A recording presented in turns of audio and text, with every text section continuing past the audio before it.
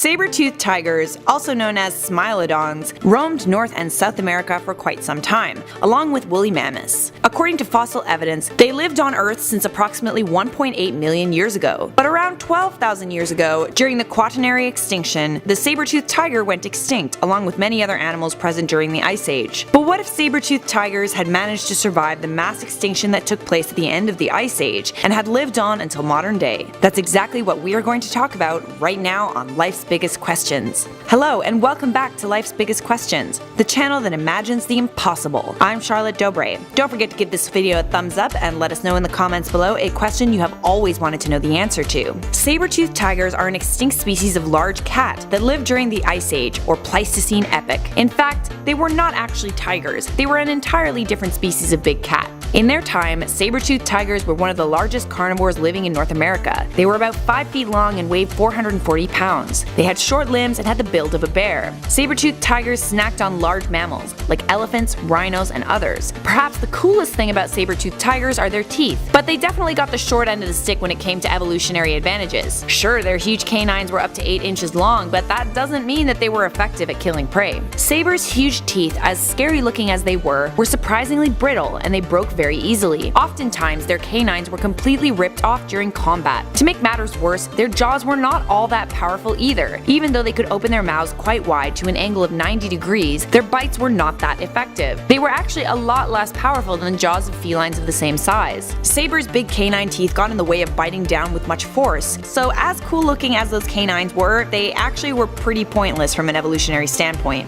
When a saber-toothed tiger was killing prey, it stabbed its victims with its canines in the neck, stepped back, and waited for the victim to bleed to death. It is fair to assume that if the saber-toothed tiger lived on and hadn't gone extinct, natural selection would have made it so that only saber-toothed tigers with smaller canines would have continued on. You don't necessarily need huge canines in order to kill prey, but if bigger canines were broken off easily, saber-toothed tigers wouldn't have been able to eat anything, and would have died off. Saber-toothed tigers were competing with humans. It was one of the reasons why they went extinct. Combine that with the changing climate at the end of the Ice Age, and it was extremely difficult for them to find food. If saber-toothed tigers hadn't gone extinct, that competition for food would still have been present. It's likely that they would have had to travel away from where humans had settled in order to find prey. They may have traveled farther north, following herds of large mammals to the Arctic or northern Canada. Either that, or they would have had to change their eating habits. Perhaps they would have resorted to eating humans instead of large mammals. Humans were still prevalent, large mammals were not. Saber-toothed tigers hunted in packs. It could have been possible for them to ambush a hunting party of humans. That being said, humans became the dominant predator. Humans would have used the fur of the saber-toothed tigers for clothing and perhaps eaten their meat. If they had not gone extinct, that doesn't mean they wouldn't have been rare and exotic. They would have been revered by royalty. We would have seen them featured in royal portraits of kings and queens.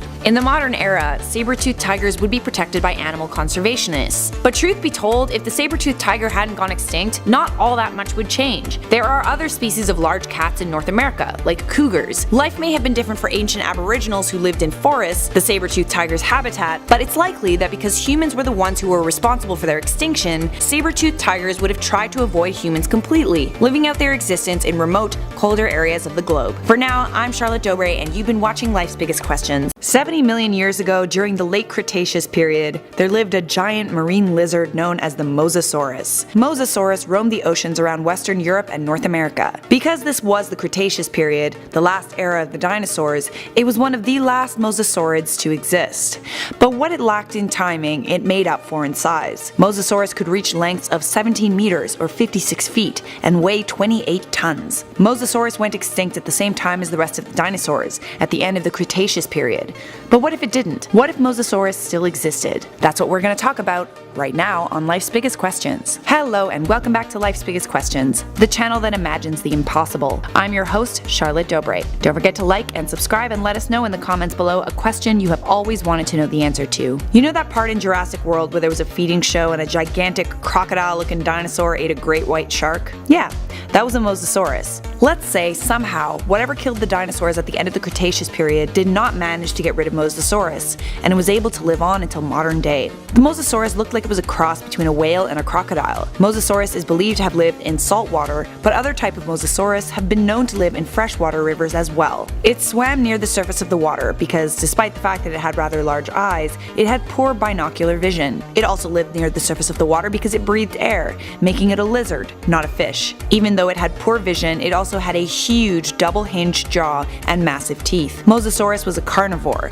Its favorite snacks included fish, birds, plesiosaurs, other mosasaurs, and turtles. Its strong tail and barrel-shaped body suggest that it swam around similar to sharks. Mosasaurus was likely at the top of the food chain in the ecosystem. It was so big and its jaw opened so wide, it could eat pretty much anything it wanted. Mosasaurus pierced its prey and then swallowed it whole. Toward the end of the Cretaceous period, plesiosaurs and ichthyosaurs began to go extinct, making Mosasaurus the prominent predator of the seas. For this reason, if Mosasaurus had not gone extinct, our oceans would be far less populated. It would likely feed on huge sharks, small whales, and dolphins. Perhaps many of the larger marine animals we currently know of today would not have had the chance to exist at all.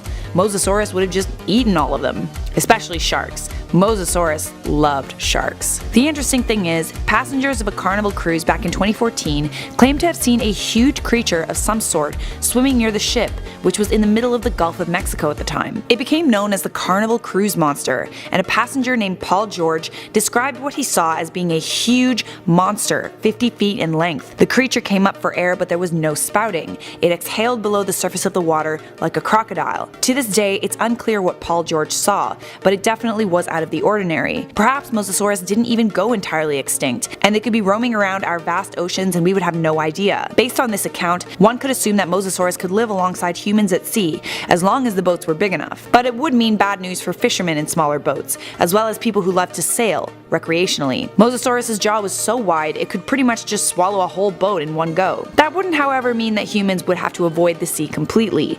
They would just need bigger boats. Mosasaurus might have been the top predator at the end of the Cretaceous period, but another top predator has emerged since then: humans. Because Mosasaurus needed to come into the surface to breathe air once in a while, that's when it's the most vulnerable, and when it could become a target for fishermen. If Mosasaurus were still alive today, it's likely that a scene similar to the one in Jurassic World would become a reality. We would probably want to keep some Mosasaur specimens in captivity, both for study and for entertainment. Millions of spectators would bear witness to the Mosasaur, the ancient crocodile that managed to live through the greatest extinction event in the history of our planet. For now, I'm Charlotte Dobre, and you've been watching Life's Biggest Questions. Hello Internet, and welcome back to the most inquisitive channel on YouTube, Life's Biggest Questions, the place where we can't help but keep our eyes open when faced with a relentless neck-snapping machine. What's going on, guys? As always, I'll be your host Jack Finch as we boot up the archives once again, demonstrate our authority as an O5 official, and curiously ask the question, what if SCP-173 was real? Roll the clip.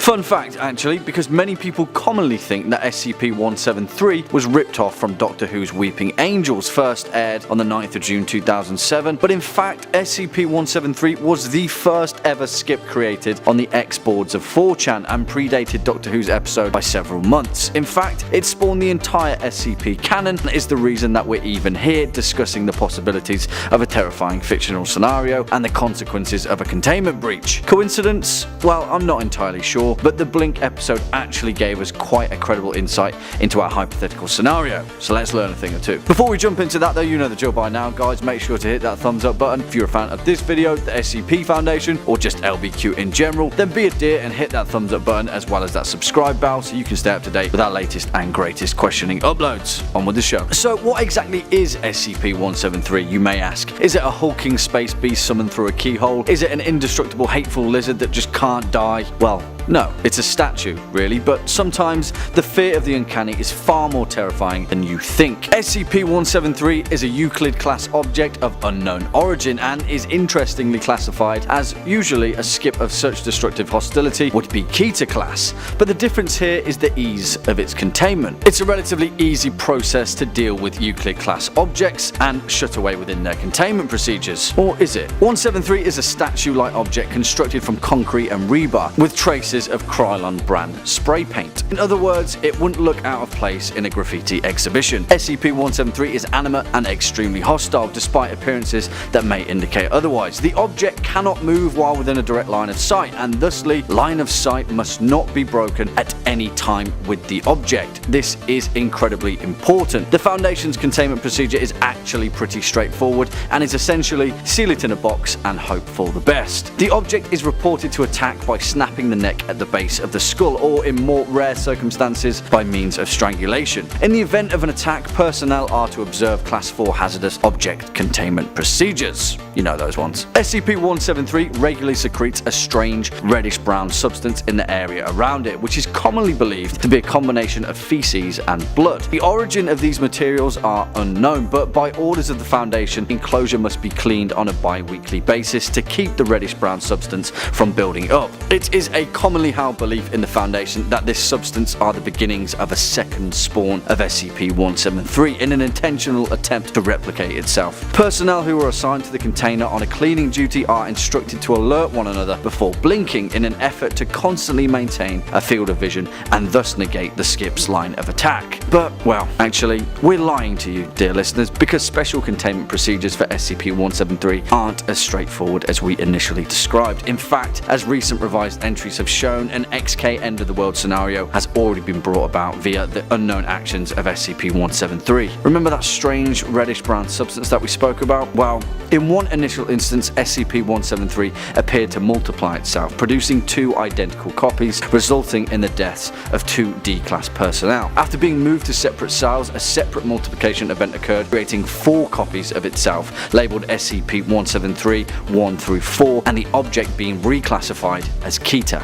Of course, this resulted in a further security breach, as an event like this was unprecedented in the Foundation's history, creating at least 61 copies of itself eventually leading to over 500,000 civilian deaths across North America. This resulted in a mass media panic, with hundreds of thousands of sightings alongside unprecedented pieces of evidence of the Foundation's existence. Major television news outlets had obtained clear video evidence of SCP-173 killing civilians, which led to the media providing instructions for avoiding an instant death. It is commonly theorized that SCP-173 utilizes a hive mind, an intelligence that exponentially scales with the number of nearby copies. After the first copy had been created, the skip was twice as smart, and on and on and on they went. It is believed that their ultimate target was the O5 Council in a presumed takeover plot for domination of the Earth itself. Well, of course, I think I've already said too much, but remember, SCP-173 is a problem that has not been fully dealt with. The beacons are lit. Unfortunately, folks, that's all we've got time for in today's SCP-based video. Thanks for sticking around for this Foundation-approved message. If you've been a fan of this video, the SCP Foundation, or just LBQ in general, then go ahead and give us a thumbs up. Failure to invade Britain, inciting the United States, failure of Operation Barbarossa, a divided army and an unwillingness to retreat. These are the decisions that lost Germany the war. I'm Rebecca Felgate, and today we are going to be talking about a topic that historians have deliberated over the past 70 years. What would have happened if Hitler and the Axis powers had won World War II? If the Nazis had carried out Operation Sea Lion earlier on in the war and were successful, in theory the United Kingdom and Ireland could have been captured, allowing Germany to then focus its energy on pushing into the Soviet Union. While the Soviet would largely have been absorbed by Germany, parts of it would have been given to Germany's allies, the Axis of Power, Japan and Italy. In regards to the UK, the monarchy would likely have fled to Canada. The Prime Minister Winston Churchill would have either been sent to prison or murdered. A right-wing British leader aligned with the Nazis would have been put in charge, and Britain probably still would have been Britain, but with heavy influence from Germany. Hitler outlined his vision for European domination in the Lebensraum plans, leading us to assume Germany would have pushed into large parts of France, absorbed Austria and Scandinavia, which would have mostly become a wider part of the Germanic Empire. Iran and Iraq would also have become part of the Germanic Empire, but of course, Hitler and the Power Axis had plans for the rest of the world too. Italy and other allies would have been given land in Africa, with Italy reaping the lion's share of the rewards. Of course, heading up Italy, Mussolini would have remained in power and allied with Germany. In Spain, where Franco had been sympathetic to the Nazi cause, fascism would have continued to grow. Of the Commonwealth countries, Canada was already independent, but Australia was not. Perhaps Japan would have tried to lay claim to Australia, with Germany eyeing up Canada if a move into North America ever happened. As fascism flourished in the West, communism would still have been considered an enemy. It is likely that China and the now German-occupied Russia would have never become communist countries. Without the flourish of communism, it is quite possible there would have been no breakup of Korea during the Cold War, with the North never allowed to bow to Bolshevik ideals in the first place. There is one country we have yet to mention: the United States of America. If Japan hadn't insisted on declaring war with the United States, the US may not have wanted to get involved in what was going on over the Atlantic, leaving Europe to its own devices. This is one of the only ways I can see Germany having won the war in the first place. Perhaps if America had not stood up to the fascists, history as we know it would be entirely different. Two pretty major events that would not have happened would have been Pearl Harbor and the American atomic bomb drops in Japan, rewriting a large chunk of history. That isn't to say that an atomic bomb of some kind would never have been dropped and nuclear weapons developed further, but it is possible that it would have been the Germans dropping it and not the Americans. The Nazis were working towards an atomic bomb of their own in a nuclear program created in 1939. Had America not been under pressure to get there first in the midst of war, the Nazis could have won the race. If America stayed out of the war and allowed the Axis powers to flourish, it could have had a power struggle, much like the Cold War, on its horizon. Instead of a standoff against the USSR, America could have seen a standoff with power-hungry Germany, who could well have been the world's superpower at that point. However, if Hitler had won the war and become controller of the majority of Europe, it is also fair to say that America could have formed an alliance with the Nazis. Thousands of Americans already supported their cause, and had Roosevelt not become president, sympathizers like Charles Lindbergh could have taken office and aligned with them. Pre-World War II, the States also had a lot of trade with Germany, with brands like Ford and Coca-Cola having vested interests in a harmony between the two countries. Had America allied with Germany, it probably would have been largely divisive for the country, and who knows, it could have painted a backdrop for another civil war. Also, what of Japan? Had the Axis powers won the war, would Japan's strength have become as much a greater threat to the US than ever before? Would the three form alliance, or would they have a war of their own? America's post-war prosperity allowed the country a head start in the race for scientific, technological, and intergalactic discovery. Soviet Russia tried its best to keep up, but it could not quite manage it. Germany, on the other hand, may have done. Who is to say that, had Germany won the war and flourished as a nation, they could not have been the first to create the internet, the first to establish the mobile phone, they could have even been the first to place a man on the moon. So what about the day-to-day life? There is almost no way that Hitler would have allowed for social media,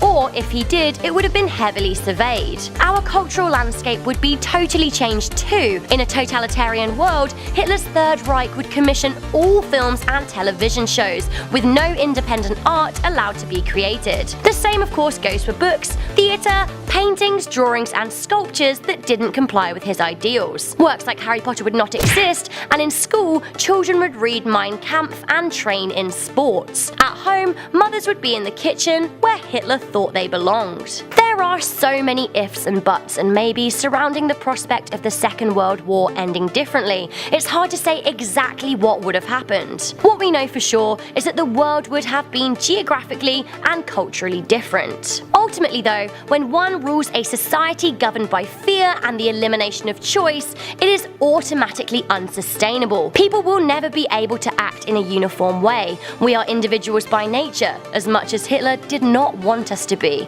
With that in mind, Hitler was always going to run into trouble, be it from bigger nations who did not want to fall in line, or eventually from his own people. Hello and welcome back to Life's Biggest Questions, the channel that looks to answer exactly those. I'm Rebecca Felgate, and today, once again, we are talking about World War III. Last week we did a video asking whether America had started World War III, and the answer was no, we aren't at war, and if we were, there would be a lot of mutual responsibility. But today we are asking, say war did break out, who would win World War III? If this were just a case of America dealing with Assad using chemical weapons on his own people in the war-torn Syria, or even America quashing North Korean aggression, the more advanced American artillery and technology would be far superior. But if Russia rushed to the aid of Syria and China rushed to back Kim Jong-un in North Korea, the West could have a pretty tricky situation on their hands. If there is anything that can be learned from Germany in previous world wars, it is that it is very hard, if not impossible, to fight a war on two fronts. But America, of course, would not be alone. Our opposition lineup could be Russia, China, North Korea, and Syria, but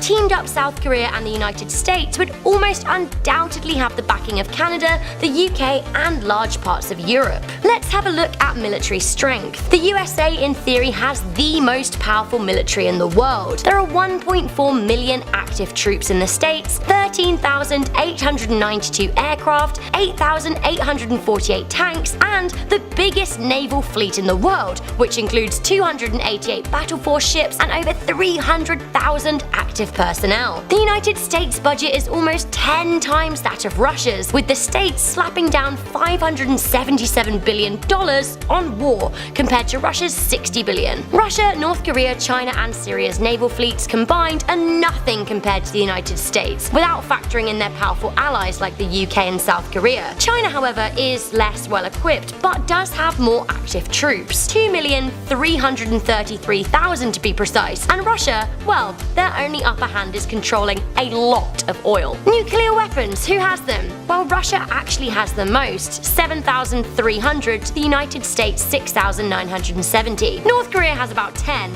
and it is actually quite unsure if they're even able to launch them. Meanwhile, China has around 260, and the UK has around 215. If France gets involved for the US, they have a further 300. Furthermore, if Trump's tweets are anything to go by, the USA could be looking to expand their arsenal. But do the numbers really matter when it comes to nukes, or even aircraft, naval ships, etc.? Well, after a certain point, no.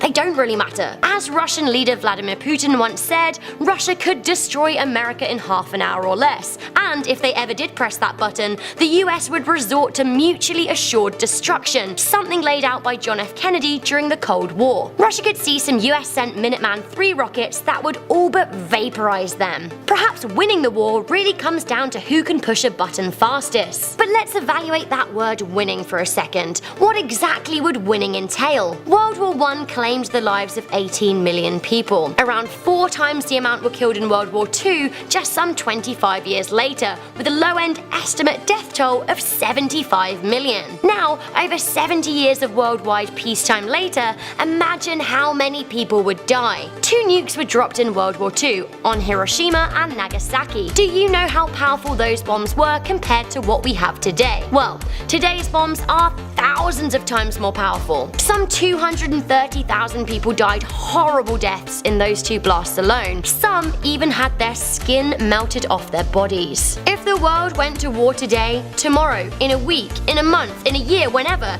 there would be no winners. Only countries destroyed, with their land poisoned with nuclear waste for years to come. There wouldn't be one loser. The whole world would hurt. The rivers would run with blood, and life as we know it would not and could not be the same ever again. If you're asking who could do the most damage, the answer is probably, all things considered, America, but not before Russia took a huge, never-healing chunk out of it. It would be close too, and ultimately, it would not be worth it. To win at war is to lose at peace, and if we enjoy living comfortable, informed, and technologically advanced lives on this planet, then we have to focus on winning at peace. Winning at peace means working together. Together we can protect our environment, develop technologies beyond our wildest dreams, explore the universe, and from all this, we are sure to find some pretty important answers to life's biggest questions. So guys, let me know what you think to this video and your thoughts on World War III in the comments section down below. Hello and welcome back to Life's Biggest Questions. I'm Ron Mackenzie Lafergie. The Megalodon was an enormous aquatic carnivore from the early Miocene era to the end of the Pliocene. It was a super predator that preyed on everything from whales to turtles, using his powerful jaws to bite through just about anything in the sea. But what if these enormous beasts didn't go extinct 2.6 million years ago, but remain to this day. Let's explore. By the way, while this is in no way related, if you happen to be a fan of FORTNITE, the new game sweeping the world, head on over to FORTNITE Central. It's a new sister channel that talks about all things FORTNITE. Now get ready, it's time to ask the question, what if Megalodons didn't go extinct? First of all, let's go over some quick facts about Megalodons so we're all on the same page. The name Megalodon comes from the Greek meaning big tooth, and with teeth over 6 inches in length, the name does not lie. The Megalodon looks something like a beefed up great white shark, which is part of why some scientists believe them to be closely related. Reaching roughly 60 feet or 18 meters in length, this beast would be among the largest in the ocean, even longer than a city bus. Due to its powerful jaws, it's able to bite with over 180 newtons of force, which is why it's believed that the Megalodon attacked its prey from the side, biting through its body into the vital organs, rather than attacking from beneath like a great white shark. This creature was built to hunt and was an extremely successful predator, preying mostly on large creatures like whales, seals, and giant turtles. But if these creatures were so incredibly fit for their surroundings, how did they end up going extinct? Let's look into it, since this could help us understand them and understand the necessary changes to the world in order for them to survive. Climate change certainly played a factor in its extinction. Not the man-made climate change we've seen in recent years, but the natural, much more gradual change that has been seen throughout the history of the Earth. Global cooling made it more difficult for them to survive in many climates. However, as the temperature changed, many migrated to more suitable areas. Thus, climate change had little direct effect on the extinction. However, this climate change had another effect that did lead to the extinction of the Megalodon. By the end of the Miocene, many of the species the Megalodon preyed on had gone extinct, and those that survived were more difficult to catch. The lack of food and competition with other super predators led to the extinction of the Megalodon. So if we're imagining a world where Megalodons didn't go extinct, we would need the food sources, particularly the mysticetes or baleen whales, to not go extinct either. This means that not only would our world have enormous sharks swimming around, but whales would be more diverse and abundant as well. This in turn would mean that smaller fish and krill would have to be more abundant to feed the whales, which in turn would feed the Megalodon. But that's not all. The increase in mysticetes would mean that the other species of super predators could also survive. This means that we wouldn't only have to worry about the Megalodon, but other large creatures as well. All this is to say that the addition of the Megalodon would make waves in the ocean's ecosystems. Pun very much intended. But there's another rather pressing question to answer. How would this affect us? Well, if we're looking at how early humans would interact with Megalodons, we could look at the video game Ark. If you play Ark, you'll know that these pesky prehistoric sharks love to strand low-level players on islands. There's nothing more frustrating than swimming to an island only to find yourself surrounded by Megalodons. And this is something that could well have been an issue in the early days of humanity. Since Megalodons tended to reside off the coast, even a trip on a raft or small boat could lead to an attack. However, there were already large, dangerous creatures in the ocean at that time, and the addition of another likely wouldn't have huge effects on humanity's travel across the ocean. Nowadays, the existence of Megalodons wouldn't have a huge effect on humanity as a whole. It would certainly be interesting, albeit terrifying, to see a living one, but we have progressed to the point where we don't really depend on seafaring on small vessels. Perhaps there would be the odd story of a Megalodon attack off the coast, which would of course make the headlines, but the actual odds of this happening would be rather slim. And now we return to our question, what if Megalodons didn't go extinct? Well, if the Megalodon was to survive, sea life would likely need to be more diverse and abundant in order to feed all members of the ecosystem. In terms of its impacts on humanity, it might have been quite terrifying in man's early days, but modern humans likely wouldn't have much trouble with it. That said, I don't know about you, but I might think twice about going into the water knowing there could be a bus with teeth waiting for me. Thank you for watching Life's Biggest Questions. I hope this was interesting and informative, and maybe even inspired you to look into it further on your own. Picture this. You're hiking in Algonquin Park with some friends. The trail should take around 4 hours, but it's been 5 and you're still moving along. The sun, once high in the sky, is edging nearer and nearer to the horizon. Your water bottles are empty and what little food you brought is almost gone. Is that the same tree you passed earlier? Legs aching, you just want to get back to the car. Maybe head to a bar and have a drink. Yeah, something cold sounds good right about now, doesn't it? Pausing for a moment just to take a breath, you notice a tree in the distance swaying. No, wait, it's moving to the right. Does anyone else see that? The sound of radio static fills the air and your mother calls out to you. That can't be right, your mom's at home, she hates hiking. The trees ahead start to shake. Your pulse races. It's him. Siren Head. A fan favorite cryptid, Siren Head has taken the creepy parts of the internet by storm over the past little while. Plenty of theories circulate, and even his creator is precious with some of the more specific details. This lanky, alarming mimic will be the focus of today's question. Hello and welcome back to the most mind-bending channel on YouTube, Life's Biggest Questions. I'm your disembodied voice in the void, Keegan Hughes, and today we're asking the question all sorts of online scare seekers have been wondering for a while. What if Siren Head was real? Before we get to the meat and potatoes here, make sure to give this video a big thumbs up and subscribe if you want more curious content. Let's get started. If you're unfamiliar with the lore surrounding our megaphone-mouthed monster, do not worry. I will catch you up on everything you need to know. This shambling giant was created by Trevor Henderson, masterful maker of all things morbid. It is part of his elaborate mythos where he draws terrifying creatures and then incorporates them in digital photos to evoke an extremely creepy feeling. He even has some very short, very spooky stories to accompany a fair deal of these. If you like what you see here, make sure to give him a follow on Twitter to see more of his incredible creations. Henderson has made a few posts elaborating on the details comprising Siren Head's lore, so this is what we know for sure. It's about 40 feet tall, or about the size of a telephone pole. It has dried and mummified skin and looks like rusty metal, with arms as long as its body. The speakers on its head are always playing odd music, snippets of conversation, and it will also play shouted words and numbers when it's agitated. People have seen it with multiple different head arrangements, which is unsettling. Nobody's sure if that means that there are subspecies of Siren Head, or if the lone progenitor has the ability to rearrange its loudspeakers. It is most definitely a predator and uses deception to confuse and disorient its prey. Siren Head will play clips of the voices of its victims' loved ones to lure them in. However, it has yet to be revealed if or how it gains nourishment from hunting. Thanks to its ability to blend in with trees, Siren Head can remain totally still for long periods of time while hunting, waiting for an unlucky individual to draw near. It is mostly seen in rural towns and near heavily wooded areas, as these seem to be the places Siren Head has adapted to thrive in. Are we all on the same page now? Fantastic, because if Siren Head were real, there would be a lot of very interesting developments on our dear sweet planet Earth. So earlier I said that Siren Head is a fan favorite, right?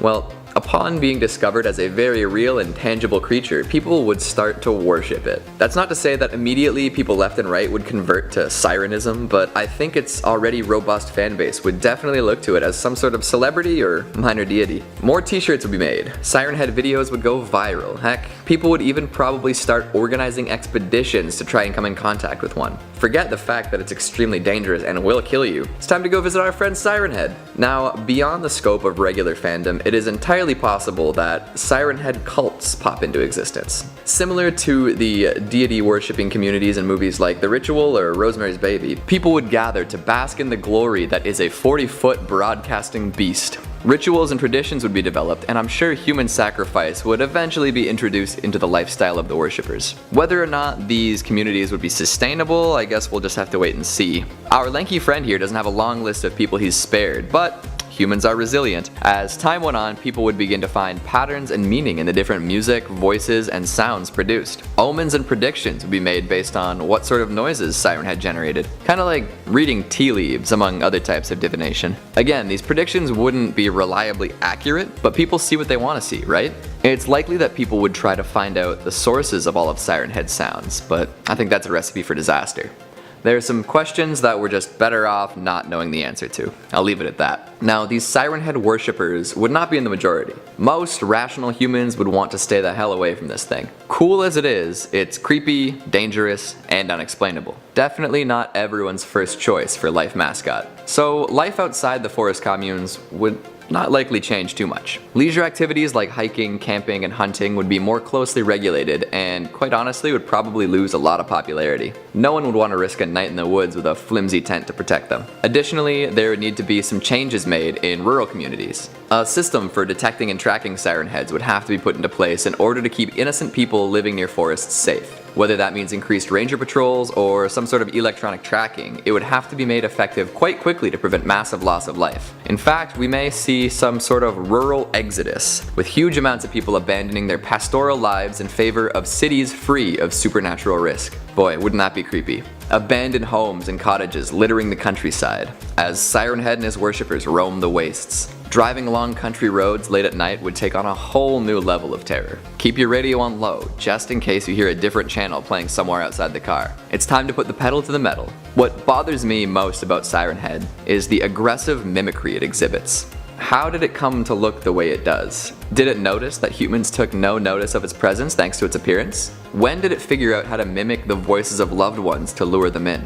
See, these abilities imply that it developed with the express purpose of hunting humans. While I'm sure it could hunt other animals by staying still and mimicking cries, it seems specifically adept at killing people. Once all the non-worshippers leave the hunting grounds, eventually Siren Head would run out of people to kill. It's probably not too far a stretch to assume it would then go looking in more urban areas for prey. At first, it would stick out like a sore thumb. But soon, it would adapt to the urban environment. It could pretend to be a lamppost, a metal telephone pole, or other types of urban infrastructure.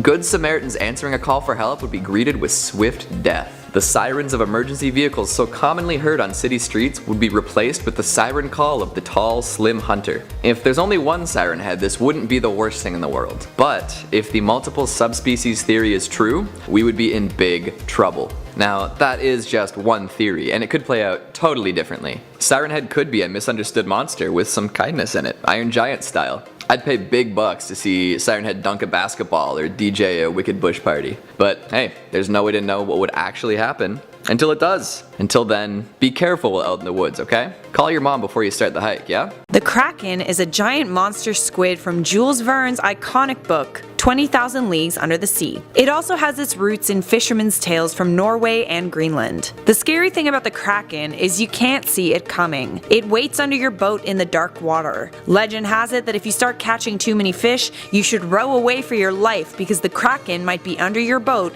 scaring the fish so they swim up to the surface. As far as we know, the Kraken is just a legend. But let's imagine for a second that it wasn't. Today, Life's Biggest Questions asks, what if the Kraken was real? Hello and welcome back to Life's Biggest Questions. I'm Charlotte Dobre. Don't forget to like and subscribe and let us know in those comments below a question you have always wanted to know the answer to. The first report of a Kraken came from an account written in 1180 by King Sverre of Norway. Then, in the 1850s, a large squid beak washed up on the shores of Denmark. When a Danish naturalist, Jaap Steenstrup, examined it, he announced that the Kraken was real. The beak belonged to a giant squid, and he called it Architeuthis dux. This is when scientists really began to dig deeper into the legend of the Kraken. Could it be based on truth, or was it really just a fisherman's tale? It is believed that during the dinosaur era, squids may have been 30 meters long. Perhaps one of these specimens somehow survived when the dinosaurs did not, and kept breeding. According to fishermen who claim to have seen the Kraken, it was the size of a number of small islands, and its back alone seemed to be the length of 1.5 miles. Because of its size, when the Kraken descends back into the depths after sitting on the surface of the water for a time, the motion of its sinking causes a swell in the sea that pulls everything in the vicinity down into the depths with it. Giant squids have long tentacles that they use to grab their prey. Each one of these tentacles is covered in suction cups lined with teeth. If you get snatched by these tentacles,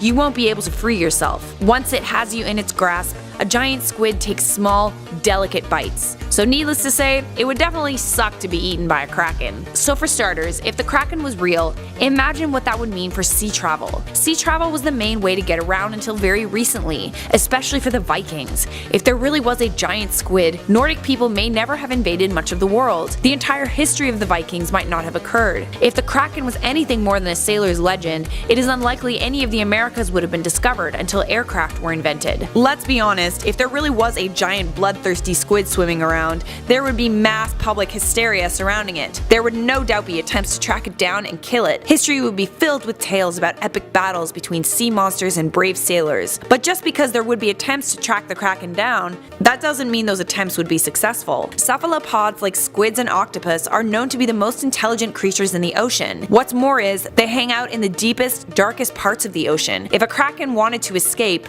all it would have to do is dive down to where mere humans couldn't reach it. Fast forward to the modern era where there are submarines, and world governments would want to track down the giant creature and destroy it with deep-sea missiles. On the other hand, there would also be environmental activists and scientists who would be against this. The Kraken is an ancient, rare creature after all. Studying it would be of utmost importance. How could its species have survived until the modern age? Since the discovery of the giant squid beak in the late 1850s, 21 species of giant squid have been discovered. It is thought that some of these squids could reach 50 feet in length, including including their tentacles. But interestingly, none of the discoveries were rooted in an actual sighting of one of these great animals, only a piece of them that washed up on shore. The truth is, no one really knows how big giant squids can grow, and they don't really leave the deep ocean. They spend much of their time 400 to 1,000 meters below, and we've only explored about 5% of the ocean. Who knows, maybe the Kraken really does exist, and it's lurking in the depths somewhere. What do you think would happen if the Kraken turned out to be real? Let us know in those comments below. Hello and welcome back to Life's Biggest Questions. I'm Ron Mackenzie Lafergie. The world can be a pretty scary place. While science continues to help us understand more and more about the universe, there are still many great mysteries out there. One such mystery is that of Cthulhu, the great power first described in Lovecraft's short story, The Call of Cthulhu. But what if this ancient being was not bound to the pages of books, but did in fact exist? How might the world change if this creature made itself known? Let's explore. If you want more What If videos, check out our Biggest What Ifs playlist on the channel. Now get ready, it's time to ask the question, what if Cthulhu was real? Since Cthulhu isn't exactly well known by the everyman, I'll start off with a brief description of the mythos surrounding the creature. It should be noted that Lovecraft originally intended the name to be pronounced closer to Cthulhu, because it originates in an alien language that can't be properly spoken by humans. However, the easier form, Cthulhu, is more prevalent, so that's what I'll be using in this video. Which is great because I haven't spoken alien since high school, so I'm a bit rusty. Cthulhu is believed to have been born on the planet Vorl in the 23rd nebula from Nug and Yeb, before traveling to Earth with his family and shape-shifting worshippers called the Starspawn. Here, great wars were held between his group and other mythical races, eventually giving way to peace as they decided to share the Earth. Cthulhu later began hibernating in the sunken city of R'lyeh, where, according to legend, he remains to this day. However, legend speaks of cults that continue to worship the old god even while he lies dormant. Physically, Cthulhu was described by Lovecraft as, quote, a monster of vaguely anthropoid outline, but with an octopus-like head whose face was a mass of feelers, a scaly, rubbery-looking body, prodigious claws on hind and fore feet, and long, narrow wings behind. It has been described as a hideous combination of a man, an octopus, and a dragon. Generally depicted as being hundreds of meters tall, Cthulhu was seemingly created with the intent of striking fear and disgust into the hearts of men. This proved to be highly relevant in the myths, as it's claimed that merely gazing upon Cthulhu would cause the viewer to go insane. The myths say that Cthulhu will eventually awaken from its slumber and will rise to once again take over the world. So let's imagine a world where this beast existed. How might it differ from the world we know? Well, if Cthulhu remained asleep, nothing much would change. Those who found the creature deep in the ocean would go insane and likely die before even telling others about the find. Even if they made it back to land, their stories wouldn't be believed, due both to the extraordinary claims and, more importantly, their lack of sanity. However, even a dormant Cthulhu certainly isn't impotent. According to legend, Cthulhu continues to influence the world in a few ways. For one, its telepathic abilities allow it to enter the minds of people around the world. Not only that, the followers of Cthulhu are believed to be constantly working to bring about the god's return, often engaging in human sacrifice. However, if Cthulhu were to be awoken, it would be a very different story altogether. If Cthulhu awoke and began roaming the earth, madness would sweep the globe. All who saw the beast would go insane, with the world quickly falling apart. Cthulhu would likely surface in the South Pacific, as that's where R'lyeh is believed to be. He would either travel east towards Chile or west towards New Zealand. When word spread of the mass insanity due to a giant elder god, countries around the world would do whatever possible to take it out, regardless of the collateral damage. Nuking New Zealand, as horrific as it would be